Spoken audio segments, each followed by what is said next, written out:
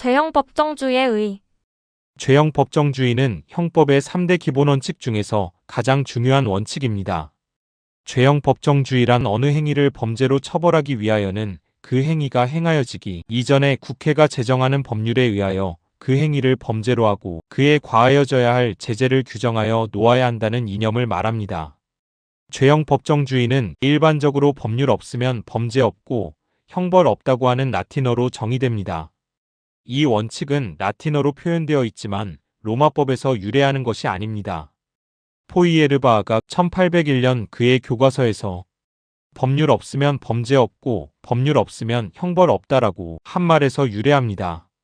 이는 죄형 법정주의가 근대의 자유주의 사상하에서 탄생하였음을 의미하는 것입니다. 한편 영미법계에서는 전통적으로 죄형 법정주의라는 개념이 존재하지 않습니다. 법원은 성문법으로 금지되어 있지 않은 행위라고 하더라도 보통법상의 범죄에 대하여는 이에 적당한 형벌을 부과할 수 있기 때문입니다.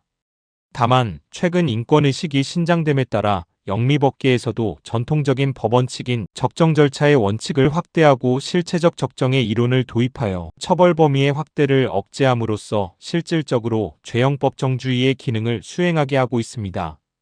죄형 법정주의의 연혁. 죄형 법정주의의 제도적 시원을 영국의 대헌장이라고 하는 견해에 관하여는 이설이 없는 것으로 보입니다. 흔히 형법의 인권보장적 기능을 말할 때에도 이를 형법의 마그나 카르타적 기능이라고 하는 것을 보면 더욱 그렇습니다.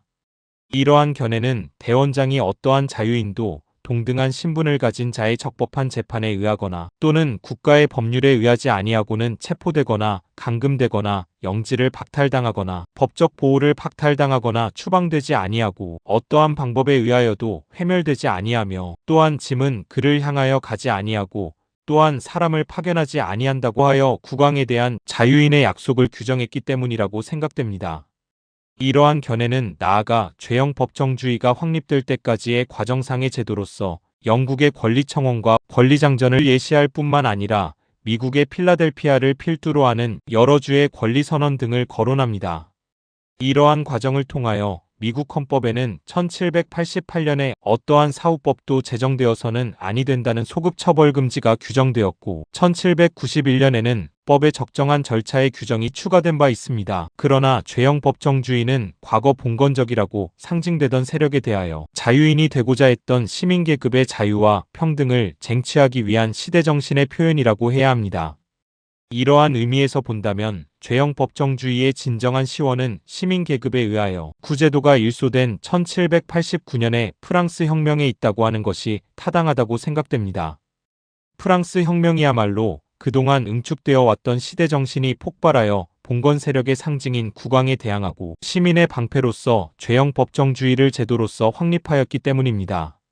1789년의 프랑스 인권선언은 법률은 필요한 형벌만을 엄격하고 명백하게 정하지 않으면 안 되고 누구도 범죄에 앞서 재정공포되고 적법하게 적용된 법률에 의하지 않으면 처벌되지 아니한다고 규정함으로써 죄형 법정주의를 성문화하였던 것입니다. 이에 의하여 구체제하에서의 국왕의 권력에 의한 죄형 전단주의, 재판관에 의한 자의적 해석, 가혹한 형벌, 불명확한 법률로부터의 폐해 등을 극복하는 계기가 되었습니다. 프랑스 인권선언에서는 법률주의와 소급처벌의 금지라는 죄형 법정주의의 내용이 간결하게 표현되어 있습니다. 이 규정은 1791년 프랑스 헌법에 계승되었습니다. 프랑스의 1795년의 범죄 및 형벌법전 제3조 및 1810년의 나폴레옹 형법전에도 그대로 나타나고 있습니다. 독일에서는 포이에르바아의 죄형 법정주의 사상이 1813년의 바이에른 형법전에 구현되었습니다. 그 후 독일의 여러 지방정부의 헌법과 형법에 명문화되었고 1871년 독일 제국의 형법전에 행위가 실행되기 이전에 형벌이 법률상 규정되어 있는 경우에 한하여 그 행위에 형벌을 과할 수 있다고 규정되었습니다.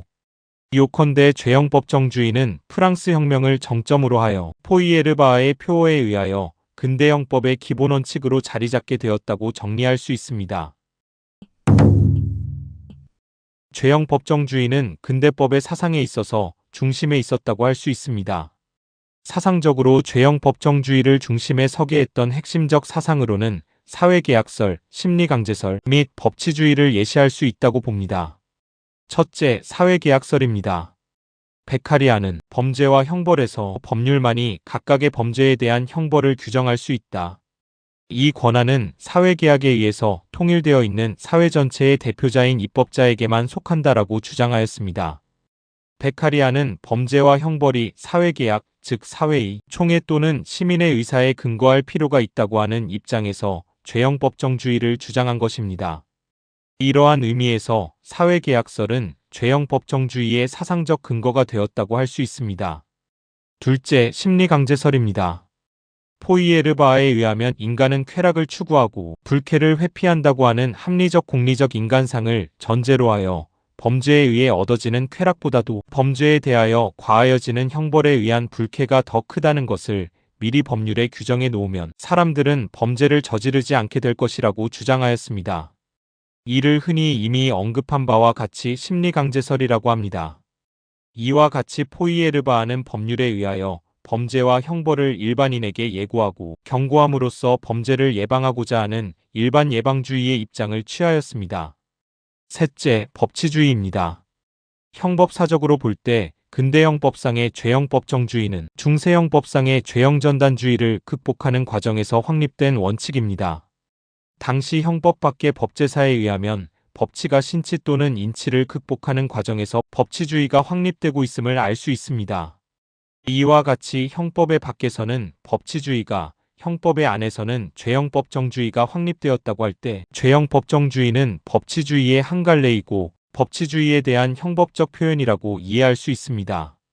이러한 의미에서 죄형법정주의는 법치주의의 연장선이라고도 할 수 있습니다.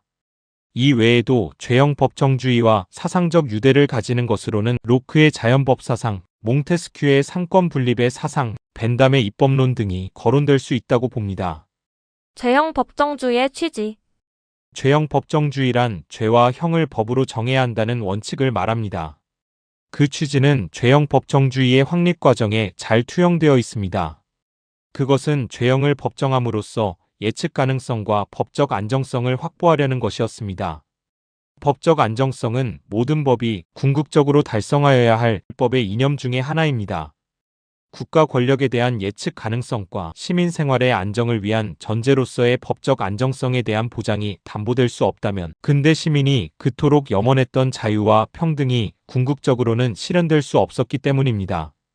이러한 취지는 근대형법에 있어서의 형식적 죄형법정주의와 현대형법에 있어서의 실질적 죄형법정주의 사이에 어떠한 차이도 있을 수 없습니다. 따라서 죄형법정주의의 근본 취지는 죄와 형의 법정에 있을 뿐만 아니라 죄와 형을 법정함으로써 인권, 즉 자유와 평등을 보장하고자 함에 있다고 해야 합니다. 대법원도 죄형법정주의는 국가형벌권의 자의적인 행사로부터 개인의 자유와 권리를 보호하기 위하여 범죄와 형벌을 법률로 정할 것을 요구한다 라고 판시하여 이를 확인한 바 있습니다. 죄형법정주의의 위기. 죄형법정주의는 인권을 보장하기 위해 탄생한 근대형법의 대원칙이었지만 20세기 전반에 그 존속의 위기를 경험한 바 있습니다. 20세기 들어서 자유주의를 부정하는 사회사상이 대두되고 죄형법정주의를 배척하는 경향이 나타났기 때문입니다. 1922년의 러시아 형법과 이를 이어받은 1926년 러시아 형법에서는 죄형법정주의가 부정되고 유추 적용이 허용되었습니다.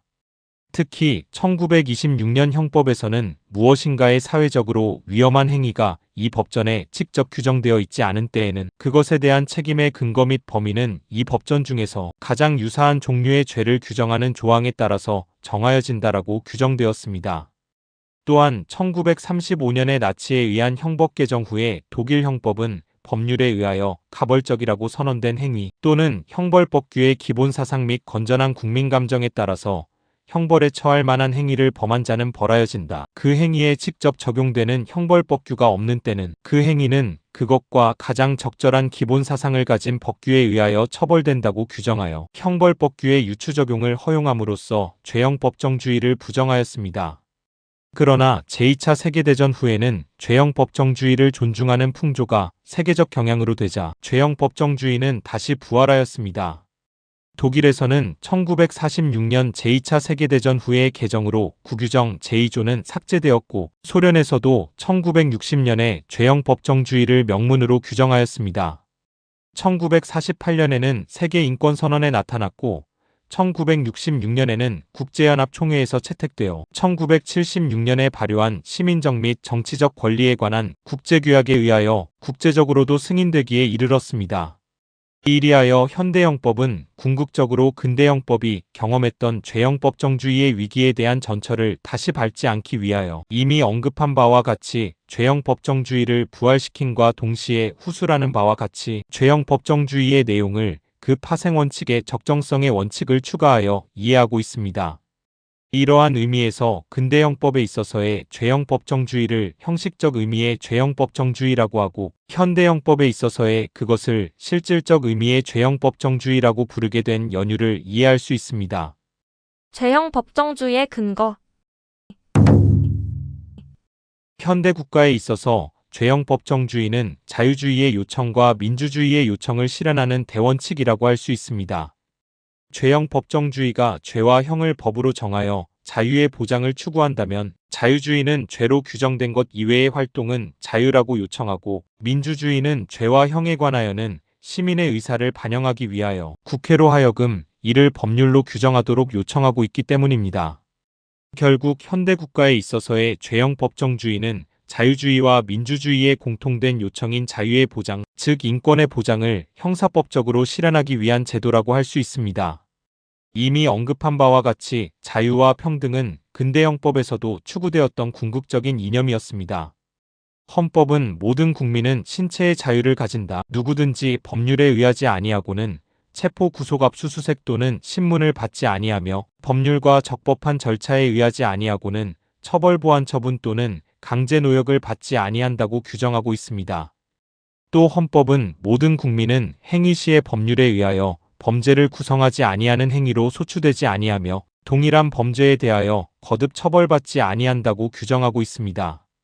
뿐만 아니라 헌법은 국민의 자유와 권리는 헌법에 열거되지 아니한 이유로 경시되지 아니한다고 규정하고, 국민의 모든 자유와 권리는 국가안전보장 질서유지 또는 공공복리를 위하여 필요한 경우에 한하여 법률로서 제한할 수 있으며, 제한하는 경우에도 자유와 권리의 본질적인 내용을 침해할 수 없다고 규정하고 있습니다. 형법은 범죄의 성립과 처벌은 행위 시의 법률에 따른다고 하여 죄형 법정주의를 명문으로 규정하고 있습니다. 형사소송법도 형의 선고를 하는 때에는 판결 이후에 범죄될 사실, 증거의 요지와 법령의 적용을 명시하여야 한다고 하여 죄형 법정주의를 전제로 한 규정을 둠으로써 죄형 법정주의를 간접적으로 규정하고 있다고 할 수 있습니다.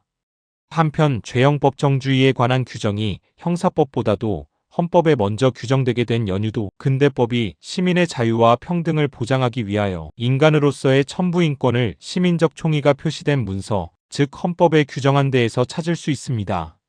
다음 영상은 제9강 죄형 법정주의의 내용이 되겠습니다. 수고하셨습니다. 감사합니다. 좋은 시간 되십시오.